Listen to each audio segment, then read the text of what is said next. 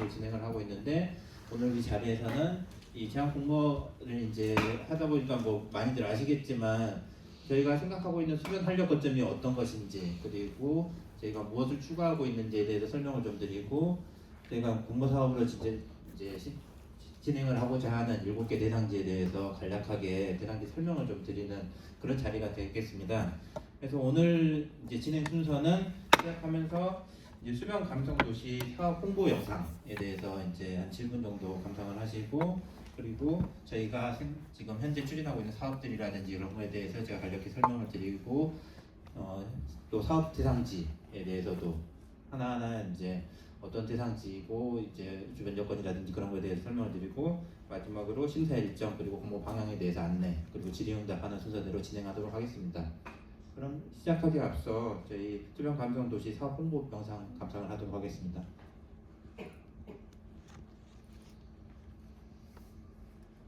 길고 긴 코로나19 팬데믹으로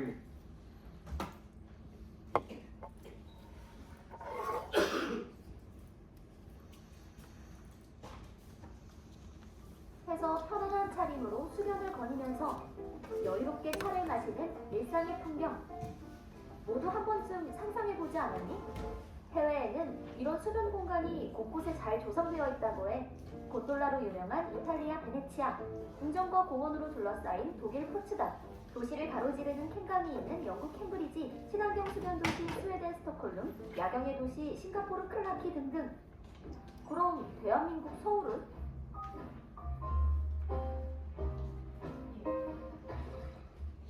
빽빽한 빌딩과 수많은 자동차, 수변 도시하고는 거리가 멀 것 같은 서울이 물의 도시라는 것 알고 있니? 한강도 있지만 서울 곳곳의 실개천과 소하천의 길이만 332km에 달하고 이 물길을 통해 개발될 수 있는 수세권은 무려 서울 전체 면적의 절반 정도인 284제곱킬로미터나 된다고 해. 명시의 상부, 물의 도시라고 할 수 있지. 우리가 서울에 하천하면 하천폭이 아주 넓은 한강만 떠올리기 쉬운데 실제로 하천은 서울 시민들 생활 곳곳을 지나서 흐르고 있습니다. 2천 규모 이상의 국가하천과 지방하천이 43개, 이보다 폭이 좁은 소하천이 18개, 그리고 작은 개천도 14개나 됩니다. 이거 다 합치면 75개, 332km 엄청난 하천이 됩니다. 얼마 전 서울시에서는 이러한 서울의 물길을 문화와 감성이 흐르는 공간으로 바꾸는 서울형 수변 감성도시 계획을 발표했어. 그동안은 하천을 치수 중심으로 관리하며 여가 활동은 자전거길, 산책로 등 제한적으로 활용했었지만 앞으로는 단순한 하천 정비 수준을 넘어 수변의 매력과 잠재력을 끌어올려 시민의 일상에 여유를 선사하는 것은 물론 도시의 문화적 품격과 지역 경제를 활성화한다고 해. 서울형 수변 감성 도시는 총 3개의 하천을 선정하고 4개 사업을 선도적으로 시범 운영하고 3개 하천은 도림천, 정릉천, 홍제천인데 지역별 특성에 맞게 정비한다 하더라고. 그래서 하천별로 어떻게 바뀔지 마을 건축가에게 좀 더 자세히 물어봤어. 먼저 도림천은 지역경제 활성화를 중심으로 개발된대. 도림천은 주변에 신혼시장이 있고 상가들이 위치하고 있는데 수변 공간 쪽에 도로가 있고 공벽이 있음으로 해서 이 둘이 서로 소통하지 못하고 단절되어 있는 상태라고 할 수 있습니다. 이런 공간들을 수변 테라스와 쉼터를 조성하는 방식으로 수변하고 상권을 서로 연결하려고 하는 겁니다. 현재 한 6m 정도의 폭이 전부 다 도로로 쓰이고 있고 그쪽으로 이제 주차장들이 다 면해 있는데요. 도로 폭을 4m 정도로 줄이고 옥선 형태로 선형을 바꾸면 남는 공간들을 이용해서 시민들이 자유롭게 즐기는 노천 카페나 피크닉 공간을 설치를 할 수 있게 되고 일부 도로 구조물을 전개를 해서 수변으로 향하는 스탠디형 계단 같은 것을 만들어서 수변 상부의 공간과 하부의 공간을 서로 적극적으로 연결을 하고 혹시 홍수가 났을 때는 계단을 통해서 탈출할 수 있는 용도로도 활용이 가능합니다. 그리고 정릉천은 경관을 저해하던 복개 구조물이 있던 공간을 문화, 여가 공간으로 재구성된대. 정릉천은 서울특별시 성북구와 동대문구 일대를 지나는 하천입니다. 대중 접근성이 되게 대단히 뛰어나고 밀도 높은 도시 지역과 아주 가까이 있어 다양한 액티비티를 수용할 수 있는 높은 잠재성을 갖고 있습니다. 전체 면적의 한 50% 정도는 주차장으로 두어 기존 기능을 유지할 수 있도록 하였고 나머지는 다양한 활동을 수용할 수 있는 액티비티 영역과 힐링 커뮤니티 영역 관람객이 찾는 레포츠와 이벤트 공간으로 만들고 힐링 및 커뮤니티 영역은 시민이 휴식을 취할 수 있는 자연 녹지 공간으로 만들었습니다. 데크 하부 공간은 디지털 공간으로 조성하였습니다. 미국 시카고에 있는 단절된 도시공간과 네덜란드에도 이런 비슷한 사례들이 있습니다. 고가 하부에 대단히 어둡게 방치된 공간을 지역 커뮤니티 그리고 액티비티 공간으로 바꿔서 별로 좋지 않은 공간을 아주 거점 영역으로 바꾼 사례가 있고요. 이러한 사례 효과들을 저희 정릉청에서도 기대하고 있습니다. 세 번째로 홍제천은 역사 자원을 연계하여 역사 관광 명소화한다는데 홍제천은 홍지문, 최검정 등 과거 문화유산들이 가장 잘 보존되어 있는데 반대로 얘기하면 그만큼 낙후되어 있고 재정비가 시급한 지역이라고 할 수 있습니다. 특히 홍지문 일대는 자연 호환이 갖고 있는 풍경, 그 다음에 자연재가 굉장히 좋은 곳이었습니다. 그럼에도 불구하고 이 지역의 가장 큰 문제점으로는 접근성이 굉장히 좋지 못해요. 기존에 있던 교각을 보수 확장을 하고 주변에 방치되어 있던 녹지 지역의 경사지가 있었는데 이런 부분들을 다시 개발을 해서 소규모 광장처럼 활용이 되도록 전망대크 시설을 의도를 했습니다. 그래서 이 홍지문하고 그 탕춘대성 일대를 어떻게 외부로 드러낼 것인가 이게 굉장히 중요한 디자인 의도였고 향후에는 이런 외부로 이렇게 드러나면서 더 개방된 공간을 통해서 주민 커뮤니티 활성화되고 도심형 친수 공간으로서 모범 사례로 되기를 바라고 있습니다. 끝난 게 아니야. 홍제천 중류에는 인공폭포가 유명해서 이미 많은 서울 시민이 이용하고 있지만 머물게 하는 요소가 마땅히 없어 스쳐 지나가는 공간이 됐다는데 이 문제까지 바로잡기 위해 1호 수변 노천 카페가 생겨난다고 해. 홍제천 중류에는 홍제천 인공폭포가 조성되었습니다. 현재 공영주차장하고 창고로 쓰이는 그런 유휴 공간의 일부를 인공폭포와 수변을 바라볼 수 있는 수변 카페하고 전망 스탠드를 조성해서 그냥 지나가면서 보는 공간이 아니라 앉아서 즐길 수 있는 공간으로 만들려고 하는 계획입니다. 수변의 노천 카페 공간이나 휴게 공간을 만드는 것은 유럽의 많은 도시에서 볼 수 있다고 생각합니다. 영국이나 스웨덴이나 네덜란드 같은 도시들에도 다양한 형태로 사람들이 쉴 수 있거나 카페처럼 뭐 음료를 마시거나 음식을 먹으면서 즐길 수 있는 그런 공간들이 많이 조성되어 있습니다. 약간의 변화를 통해서 즐길 수 있는 공간으로 바뀔 수 있다는 거 시민들이 이해하게 되었으면 좋겠습니다. 네, 여기 하천에 문화공간이나 뭐 작은 콘서트장이나 생겼으면 힐링되면서 좋을 것 같긴 해요. 음악회도 할 수 있는 공간이랑 반려견을 위한 또 공간 좀 만들어줬으면 좋겠습니다. 일단은 여기에 그런 문화 공간이 있으면은 제 친구들이나 가족들끼리 문화생활하기에 되게 좋을 것 같아요. 또 여기 도림전에도 그런 공간이 많이 생겼으면 좋겠습니다. 어때? 이렇게 수변 도시가 다양하게 생겨나면 해외여행 부럽지 않을 것 같지? 퇴근길에 집에서 가까운 수변 풍경을 보며 힐링하고 슬리퍼 차림으로 집 근처 수변 카페에 찾아가 여유를 누리는 새로운 일상의 풍경. 이렇게 우리 동네에 멋진 수변 공간이 생긴다니 생각만 해도 가슴이 뛰잖아. 도시 구석구석 물길을 따라 일상의 여유와 문화의 감성이 흐르는 서울형 수변 감성 도시로 변해갈 서울의 모습을 지켜보자.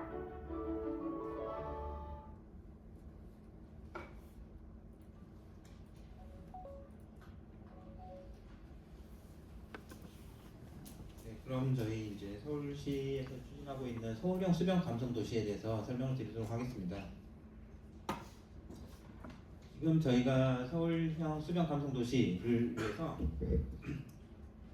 이렇게 크게 세 가지 방향으로 추진을 하고 있는데요. 첫 번째는 하천 환경 조성, 그리고 두 번째는 하천 내 규제 개선, 마지막으로 활력 거점 조성 이렇게 추진을 하고 있는데 환경 개선, 기초 환경 조성 관련해서는 저희가 이 활력 거점을 이용을 한다고 하더라도 하천 자체가 매력이 없으면은 그게 의미가 없기 때문에 하천 자체를 이용하는 시민들이 불편사항이 없도록 하기 위해서 이런 악취 및 수질 관련해서 그리고 안전 관련해 가지고 여러 가지 이런 요인들을 제거하기 위해서 저희가 진행을 하고 있고 이런 전수조사나 그리고 전체 이제 12 지원이라든지 이런 걸 통해 가지고 구에서 이런 사업을 할 수 있게끔 추진을 하고 있습니다.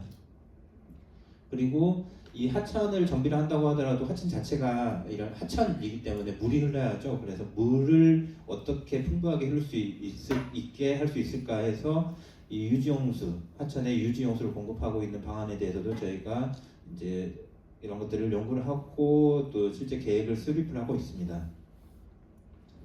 또한 이 기존의 기능 중심으로 이렇게 방류구라든지 이런 것들이 단순히 이 방류를 위한 목적으로만 되어 있는데 이런 것들을 어떻게 조금 더 혐오시설 그런 혐오한 시설로 보이지 않고 주민들이 이런 것들을 또 친근하게 다가갈 수 있는지 이런 감성 디자인 적용하는 방안에 대해서 연구를 하고 있고요. 그리고 하천법이라든지 건축법 등에서 사실상 이거 수변 옆에다가 뭔가를 하려고 하면은 규제로 굉장히 다가오는 것들이 많습니다. 그래서 이런 규제를 개선하기 위해서 저희가 하천법이라든지 건축법을 개선을 하는 것들을 지속적으로 환경부라든지 국토부에 건의를 하고 있고 이런 것들이 건의가 되고 저희가 이제 바라는 대로 된다고 하면은 기존의 고정식 구조물이 원칙적 불가한 이런 하천법이 시설 안전 지장이 없는 범위에서 고정식 건축물이 가능하도록 그리고 하천구역 내 일반 건축이 불가하는 것을 대지요건을 완화해주는 특례를 신설하는 것 이런 것들에 대해서 지속적으로 중앙정부에 요청을 하고 있고요. 그래서 이런 것들이 사실 법제화되고 또 고쳐져 나가는 데는 시간이 많이 걸리기 때문에 기존에 있는 저희가 제도를 활용을 해서 식품위생법에 있는 특례 규정에 따라서 수변 특례 구역이라는 것들을 좀 도입을 해가지고 하천에 기존에 있던 법을 위반을 하지 않는 범위 내에서 식품위생법에 있는 특례 조항을 적용을 해가지고 영업을 활동을 할 수 있는 그런 것들에 대해서도 저희가 고민을 많이 하고 있습니다. 수변활력 거점은 기존에 저희가 하고 있는 사업인데 앞서 동영상에서 이제 설명이 됐었기 때문에 간략히 설명을 드리도록 하겠습니다. 지금 저희 목표는 일단 2025년까지 전체 이제 30개소를 공모를 해서 30개소의 수변활력 거점을 조성을 하는 것을 목표로 하고 있고요. 기존에 아까 나왔던 이제 정릉천, 도림천, 홍제천, 상류, 중류 이제 크게 네 가지 이제 시범 사업을 하고 있는데 테마가 있습니다. 문화 명소, 지역 경제 활성화, 역사 관광 명소, 수변 테라스 카페 이렇게 네 가지 테마를 가지고 진행을 하고 있고 이것들을 더 확장을 해가지고 이제 서울시 전역에 이제 서울 전체 맵으로 봤을 때는 한강을 제외하고 이런 지천들의 곳곳에서 시민들이 이용을 할 수 있는 이런 공간들을 조성을 하는 게 저희 목표이고요. 이번에는 저희가 지난 이제 자치구를 대상으로 공모를 해가지고 9개 대상지를 이제 공모를 선정을 했고 성북천과 양재천 같은 경우는 자치구에서 자체적으로 공모를 진행을 할 겁니다. 그거 두 군데를 제외한 나머지 7개소에 대해서 오늘 일괄적으로 설명을 드리겠습니다.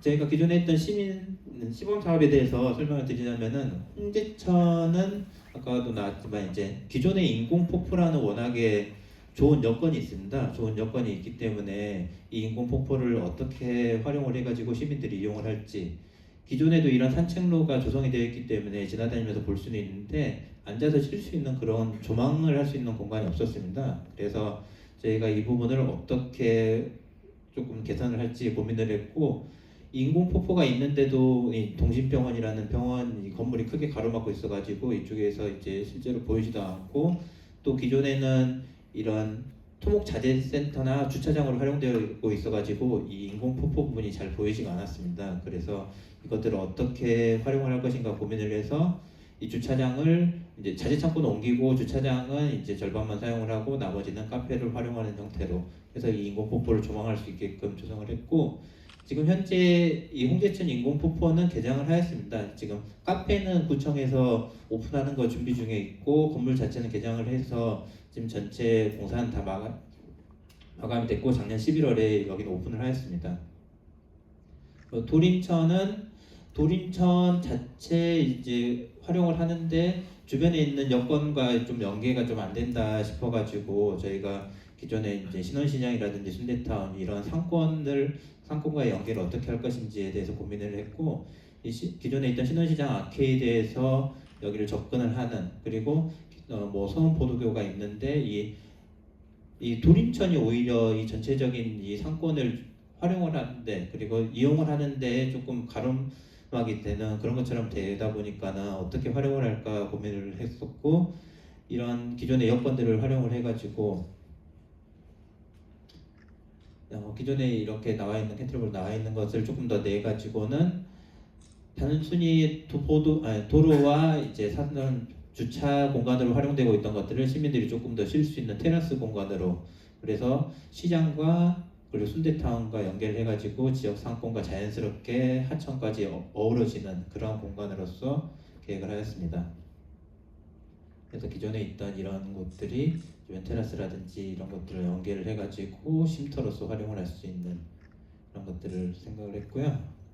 홍제천 상류에 있는 홍지문, 여기는 역사 관광 자원이 굉장히 잘 조성되어 있는데 역사적인 그 문화재라는 특성상 사실 이 부분을 막 건들고 어떻게 하는 거에 대해서 굉장히 좀 반감이 있습니다. 반감이 있고, 그렇지만 기존에 있던 너무나도 좋은 자원이 있기 때문에 이런 것들을 어떻게 활용을 할 것인가에 대해서 고민을 했고, 그래서 기존에 있던 것들을 이 주변에 있는 곳들과 연계를 해가지고 이 예전에 이제 겸재전 선생님의 이런 그림에 나와 있는 것처럼 이런 문화적인 것들을 살리고, 그리고 시민들이 주변에 있는 주민들이 많이 이용을 할 수 있는 이런 공간으로 지금 복원을 하고자 계획을 했고요.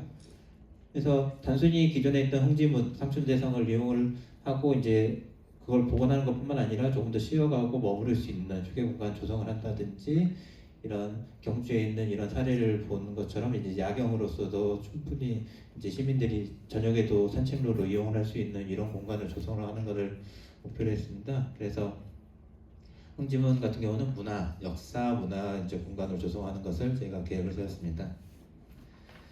이렇게 저희가 이제 수변 감성 도시 사업을 하기 위해서 그간에 이제 계속 추진을 이거는 이제 시범 사업으로 저희가 주도적으로 해가지고 했던 건데, 이제 저희가 조금 더 대상지를 늘리고, 그리고 거기에 대해서 기존에 저희가 했던 거에서 더해서 다양한 아이디어들을 좀 도입하고, 그리고 또 대상지가 이제 계속 늘어나다 보니까는 그 대상지에 대해서